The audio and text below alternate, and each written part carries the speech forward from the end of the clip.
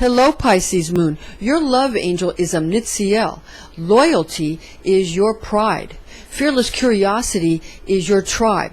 And empathy is your bribe. I'm Pastor Rosemary, the Astrology angel. Thank you for joining us. You're genuine. You're empathetic. You're romantic. And you're funny. And people feel that you understand just exactly how they feel. When you were young, you feel like you were bullied a lot. You feel like people would use you for their own selfish purposes and their own selfish gain. That's what you thought. You also feel that your true deep feelings are never understood by people who think that you're cold or unfeeling just because sometimes you don't respond because you're sensitive, not because you really don't care. People with their moon in Pisces are extra sensitive. And this really puts you in a position, again, to be empathetic, but also to give others the impression that you're cold, unfeeling, and uncaring, because at times you just can't deal with it. Not because you push it away, but because you freeze in a kind of a anxiety syndrome where you can't move forward or go eyeball to eyeball with people because of your anxiety, because you're afraid. And that makes sense, because in the area of emotion, you get jittery. Now that doesn't mean that you don't have courage. It doesn't mean that. Courage is not having, is not being without any instinct, because fear is just an instinct. So you have ample amounts of fear instinct. You know when to steer clear of something. And your instincts are good. You know when something just isn't quite right. But when something is right, you know how to proceed. And what you also need to understand is that everybody else around you is beginning to get better instincts, and they've learned very well from you, because you're not just someone who understands or someone who people feel they can dump their problems on. You're also someone who's an example. You're exemplary in your attitude and the way you behave. And other people, they have begun to learn to make that part of their own being. And that you can feel good about, because that makes you a teacher. If you got your moon sign in Pisces, you're actually quite a good teacher. And you're also somebody who can kind of have premonitions and dreams about what might be happening in the future. Now, sun sign Pisces has this, of course, but moon sign in Pisces really has a lot of dream time spent in premonition. So you can tell what's going to happen. Now, what is your job? Why were you put here on this earth? Moon in Pisces, you were put here on this earth to bring the future through the portal of your dreams into the present 3D reality. That's what you were put here to do. And if you're able to do this, then all the things that people think that we cannot have, that we just don't have the technology we were promised, that we were promised wondrous new technologies for both what's at our fingertips technologically and also our physical human bodies. We were promised so much. And you being able to reach into the future with your lucid dreaming, pull that through into the three-dimensional reality in your own life, will help do it for everybody else. So you need to do that first in your own life, and then it will come through for everybody else as well. But the good news is you don't have to do this all by yourself, because everybody else wants the same thing. Really think about it. Doesn't everybody want the same thing? We have different ways of going about it, and different people may be skeptical or not, or yada yada, but we all want exactly the same thing for ourselves. That doesn't mean we all want to be the same. It means we all want the same state of being, ultimately. Now, how a person gets to that state of being, of complete delight and happiness, is, of course, very individual, very unique, and very, very specific. And God, who wants to bestow all goodness upon you, has made you exactly for a specific purpose. And that's to be completely happy.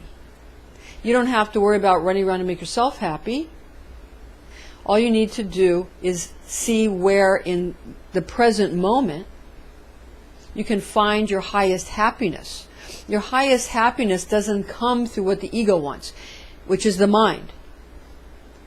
And just the noise of the left brain. It doesn't come through that noisy ego.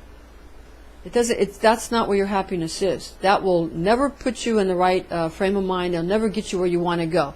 For all intents and purposes, the logical brain is Hasatan, the adversary, that was put there to help us to have something to prove our loyalty to God.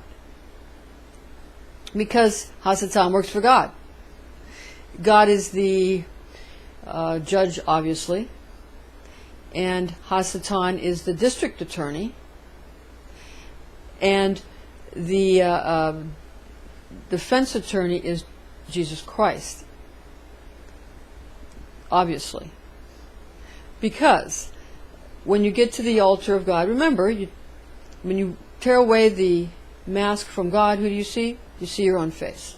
It's just you. And you know yourself well.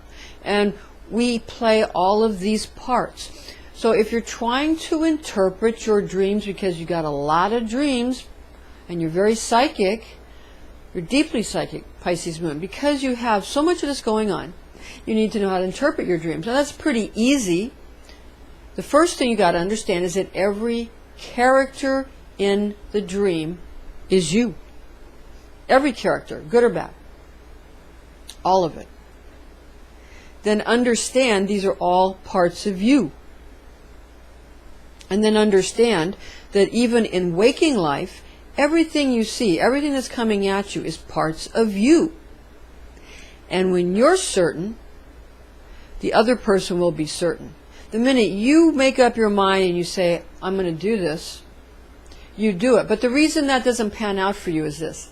Because making up your mind, again, doesn't get you anywhere, because the logical brain is full of ego. That's not going to get you anywhere. When we say make up your mind, what we should say, a better way to say it would be this, to make understanding better and get our world into a better place. What we need to say is, to make it better, is that your instincts, when your instincts are ready, you'll know and you'll just do it.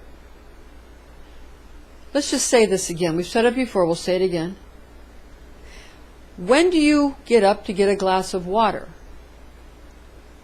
When you're thirsty. When you're thirsty enough that you become just a tad uncomfortable, so you get up and you go get a glass of water. Very simple. Now you can sit around and think and try to figure out how, with your mind, for your ego, how to get somebody else to do this for you. Or you can just go get it yourself. And you're going to be happier if you just go get it yourself. When you're ready, when your body tells you you're ready. Listen to your body at all times. Keep your body feeling healthy. Don't do what makes you feel good. Don't do what makes you feel bad. Do what makes you feel well. Do what makes you feel healthy in the moment, emotionally, spiritually, physically, economically. Do what makes you feel well, what makes you feel good. Talking about health, what makes you feel healthy. You know that wholesome feeling when you feel healthy.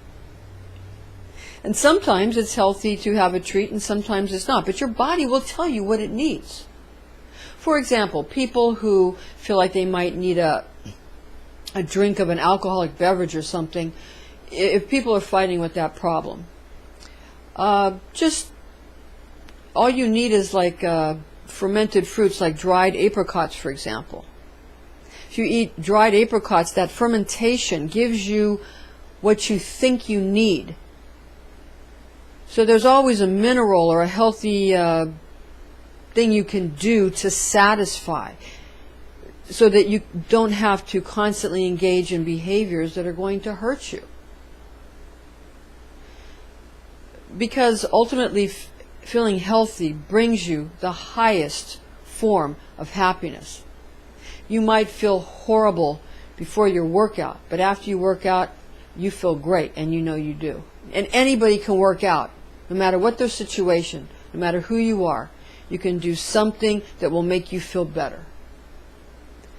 Of course, some people have more than others. Some people have less than others. But there's always something in the moment right now that can make people feel better, more healthy. It's also important to understand that if a miracle shows up for you, that's one way you can get what you need, or science will show up. When you're ready, when you are truly ready inside to have whatever cure you want or whatever betterment you want, when you're at that point, it will either show up in science or it will show up as a miracle. And miracles can be explained by science, and science can be explained by miracles, because in any discipline, any scientific discipline, no matter what it is, I don't care how hard you think your science is, there's always a place where then a miracle happens, and then this happens, and then this happens, and then this happens. There's always a place. Always. And then all the extra fancy mathematics that are piled on top of it, and we're going from Newtonian physics to Einstein, and then up to quantum physics. And all of these things are piled on because we say, okay, how do we explain? And then a miracle happens. How do we explain that?